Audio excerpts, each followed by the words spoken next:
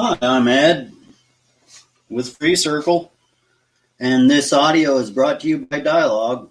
I use Dialogue because it's quick and easy to get your dialogue out. Host call-ins and broadcast live over social media. To try it out, just click Host a Dialogue and easily get started. This dialogue, I want to talk about planting seeds and farmers. You know, God works in mysterious ways.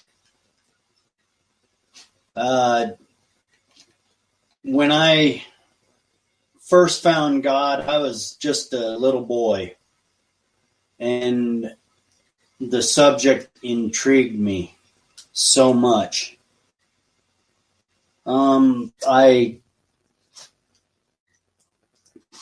I found it inspiring to build my knowledge of what, who, why God is. So at a very early age, I started investigating, looking and wondering, asking why. Is this even real? And a little old lady, one of my neighbors, Anna, God rest her soul, she was the best woman in the world. I remember her dearly. She influenced my life quite a bit, and I did not realize how much she planted seeds in me to be who and what I am. See, I found Anna to be a soft woman, a very understanding and caring woman. She did a lot of gardening. She made her own soaps. She canned her own foods. She sewed. She made her own quilts, her own pillows. She made her own clothing. And she played games with us. It was very, very good time when we spent time with Anna. So when I look back and I see that first seed of hope planted in me, I was no more than 4 or 5 years old. And this dear woman, she laid a lot of building blocks for my life. And she taught me how to share. She taught me how to care. She taught me how to can. She taught me how to make my own soaps. She taught me about gardening. All these things that a parent should have been doing, Anna took and did them. She didn't even have to. Actually, bless that woman's soul, because she took the time out of her life to help a bunch of kids that were lost. And no matter what, that woman touched at least one soul.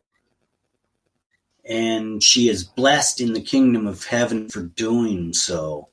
Because I relate my seed, my planting, my growth start to that dear woman, Anna. And when we can change one person, it makes the difference in your life. It makes your life worth everything. So, anyway, now Anna planted a seed, and she taught me to plant seeds. And I did not realize till just today, really, that, you know, we are farmers and we plant seeds. But God, he plants farmers. So it's interesting. And when we talk about Jeremiah 29:11, that explains everything. He already knew. You know, God plants farmers. And he wants good things for you. So God plants farmers to plant seeds to raise more farmers. That's such a beautiful thing if we think about it. And a lot of us neglect what is put before us. And, you know, everybody is capable and able to discern for themselves what they want to believe in life. And I don't hate anybody. I believe everybody has to go through their own journey in life and find their own purpose and reason and whys, and how you get there is just totally up to you. And that's the beauty of, if you're already a farmer, God's already planted you.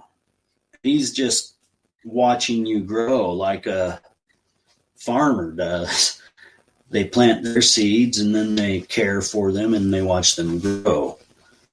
So sometimes you don't realize the process that it takes to raise a plant from seed to maturity to a harvest.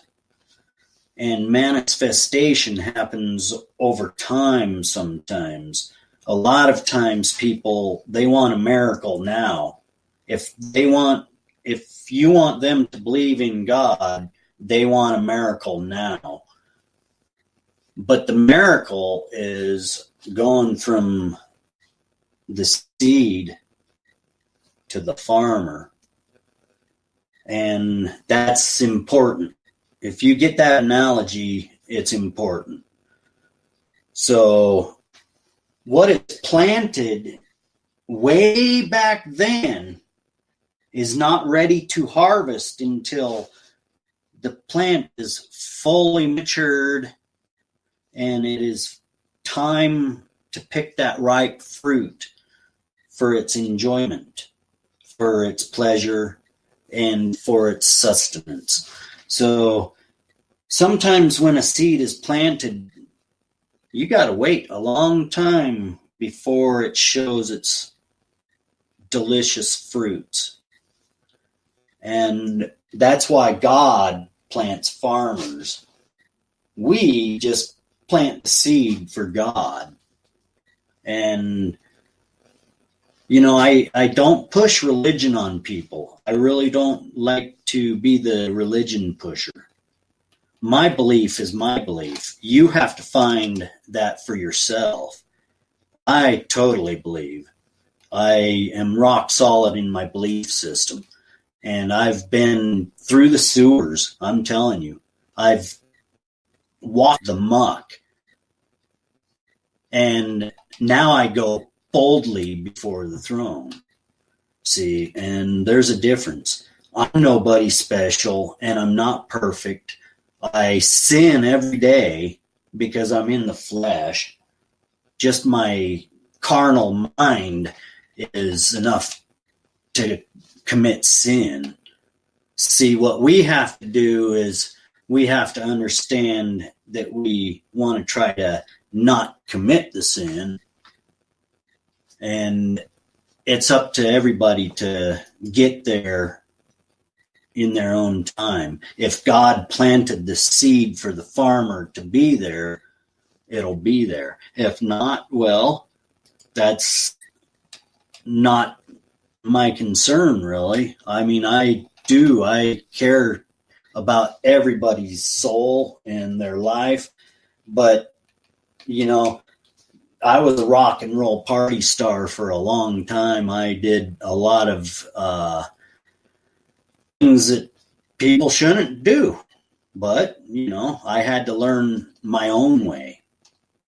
And that's the beauty of it. That's what this earth is here for, is